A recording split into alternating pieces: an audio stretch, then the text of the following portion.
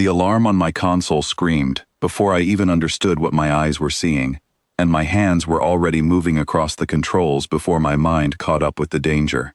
My name is Daniel Cole, and I was the sensor officer on a small human scout ship called the Kestrel Wake. We had drifted too close to Vetheri space, the territory of the most feared empire in the known stars, and every rule we had ever learned told us that ships like ours did not survive a mistake like that.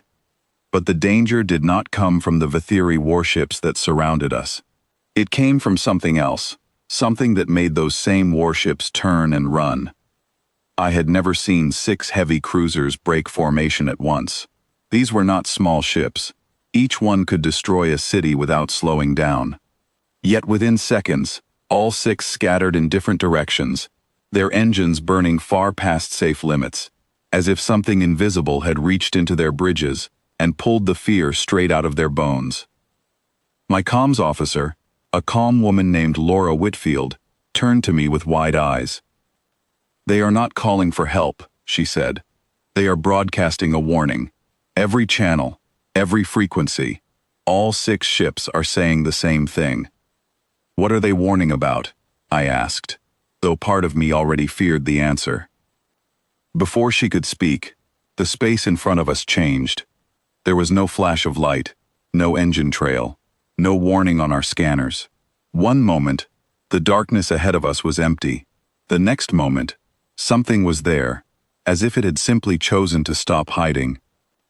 I stared at it, trying to understand its shape, but my mind kept sliding away from it, the same way a dream slips away the moment you wake up.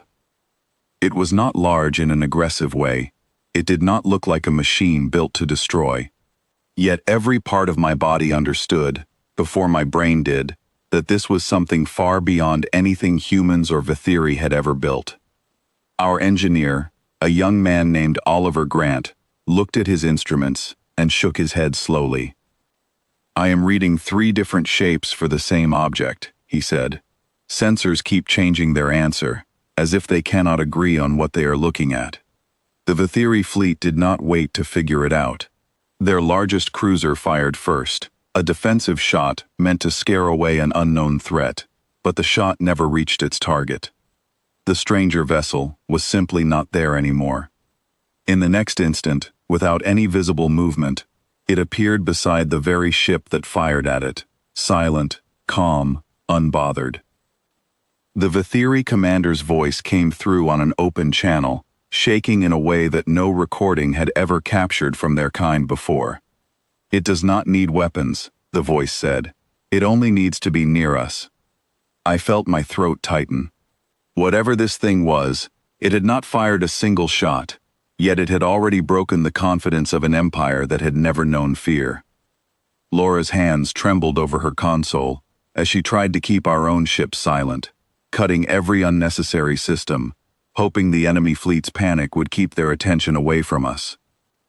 Oliver leaned closer to his screen, his voice barely above a whisper. "It moved without moving," he said. "There was no burn, no drive signature, nothing our instruments could explain. It was just here, and then it was there." I did not answer him. I could not. My focus was locked on the image in front of me, watching as ship after ship pulled away from the stranger, some crews abandoning their stations entirely, choosing panic over discipline. For a moment, I believed we might escape unnoticed, hidden in the chaos of a much larger drama. But then the presence turned toward us. I do not know how to describe what that felt like. It was not a scan. It was not a targeting lock. It was something closer to being seen, truly seen, the way a person feels when someone studies them without saying a word. Laura stopped breathing beside me. Oliver's hand froze over his controls. For 3 long seconds, none of us moved, none of us spoke, because some instinct deep inside told us that even a whisper might be too loud. Then, just as quickly as it had appeared, the presence vanished. No flash, no sound, no sign it had ever been there at all, except for the empty space where 6 massive warships had scattered like frightened animals into the dark corners of the void. I finally allowed myself to breathe. "Get us out of here," I said quietly, my voice barely steady. Slow and quiet, no sudden movement. Oliver nodded and began adjusting our course, careful not to trigger any system that might draw attention. Laura kept monitoring the silent channels, her eyes scanning for any sign that the Vetheri fleet had noticed us at all. They have not detected us, she finally said. They are too busy trying to understand what just happened to them. We moved slowly through the dark, retracing our path back toward safer territory, every second stretching longer than it should have. My mind kept replaying the moment the presence had turned toward us, that feeling of being studied, weighed, considered. It was Oliver who finally broke the silence as we crossed back into neutral space. "What do you think it was?" he asked. "I do not know," I admitted, "but whatever it is, it does not belong to the Vetheri, and it does not belong to us either." Laura looked up from her console, her expression thoughtful rather than frightened now that the danger had passed. "Maybe it does not belong to anyone," she said. "Maybe it is something that has always been out there, waiting, watching, and today it decided to remind everyone how small we really are." Her words settled over the bridge like a quiet weight. I thought about the Vetheri commander's voice, shaking as he admitted his own fleet's helplessness. An empire that had conquered dozens of worlds, feared by every species that had ever crossed its path, had been humbled without a single shot fired against them. When we finally reached our home station days later, I was called before a group of senior officers to explain what we had witnessed. I told them everything: the sudden appearance, the shifting shape, the impossible movement, the way it had turned toward us as if considering whether we mattered at all.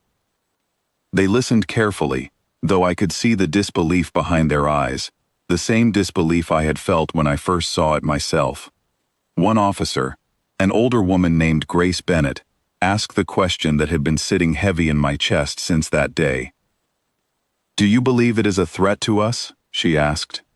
I thought carefully before answering.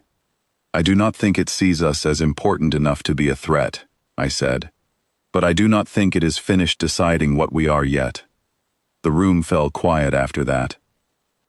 There were no easy answers, no comforting explanations, only the truth of what we had witnessed and the uncertainty of what it meant for the future. In the weeks that followed, reports began appearing from other outposts near the edges of known space, always vague, always uncertain, describing sightings similar to ours. A presence that appeared without warning, moved without explanation, and left just as quickly, never causing harm, yet leaving behind a silence that unsettled even the bravest crews. The Vetheri Empire, once known for its aggressive expansion and unshaken confidence, grew quieter along that border. Fleets that once patrolled boldly began keeping greater distances, avoiding certain regions entirely, as if some unspoken agreement had been reached between them and whatever it was that had visited us that day. I often think back to that moment on the bridge, the feeling of being studied by something far beyond our understanding. It changed something in me, a quiet reminder that despite everything we had built, every ship, every station, every empire spread across the stars, we were still very small compared to what waited in the dark. Laura once asked me if I was afraid it would return. I told her the truth. I was not afraid of it returning. I was afraid of what it might decide when it did. Oliver, always the quiet thinker among us, offered a different perspective one evening as we watched the stars pass by our small ship. "Maybe it is not here to threaten us," he said. "Maybe it is here to test us, to see how we react when faced with something greater than ourselves." I considered his words for a long time. Perhaps he was right. Perhaps that day was not an attack, but a lesson.